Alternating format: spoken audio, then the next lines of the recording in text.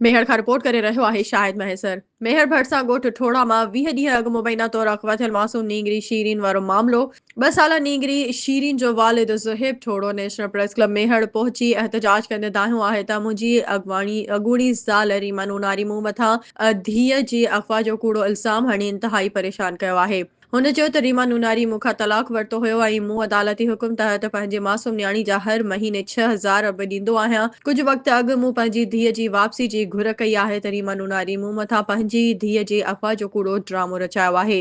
हुन चयो त नींगरी जी अफ़वाह जो दादू जी अदालत में केस हलंदड़ बावजूदि मेहर सेक्शन SHO मूं मथां कूड़ो केस दाख़िल करे मूंखे प्रेशराइज़ करे रहियो आहे। मूं उन केस जी ज़मानत बि कराई आहे, पर उन बावजूदि बि मेहर पुलिस मूंखे गिरफ़्तार करण समेत मुख़्तलिफ़ नतीजा भोगण जूं धमकियूं ॾेई रही आहे। हुन चयो त मूंखे ख़दशो आहे त रीमा नूनारी मुंहिंजी मासूम न्याणी खे किथे मारे या उन खे विकिरो करे मूं मथां इल्ज़ाम मढ़ी रही आहे। मूंखे सम्झ में नथो अचे त धीउ बि मुंहिंजी ऐं वरी मूंखे ई न्याणी जी अफ़वाह में फासाइण जी साज़िश कई वञे थी। हुन चयो त मूं पंहिंजी मासूम न्याणी जी घुर कई आहे त उन ख़िलाफ़ मुंहिंजी अॻूणी ज़ाल रीमा नूनारी कुझु बाअसर माण्हुनि जे चवण ते पाण धीअ खे गुम करे दादू जी अदालत में कूड़ो केस दाख़िल करायो आहे। मूंखे अदालत मां पूरी उमेद आहे त अदालत मूंसां इंसाफ़ कंदी। हुन चयो त SSP दादू वाक़े जी शफ़ाफ़ जांच करे मूं मथां दाख़िल थियल कूड़ा केस ख़त्म करे मूंखे मुंहिंजी मासूम न्याणी वापसि कराए इंसाफ़ कयो वञे। हुन चिता ॾींदे चयो त अगरि मुंहिंजी धीअ मूंखे वापसि न थी ऐं मूंखे इंसाफ़ न मिलियो त दादू जी अदालत ॿाहिरां पाण खे मारींदसि।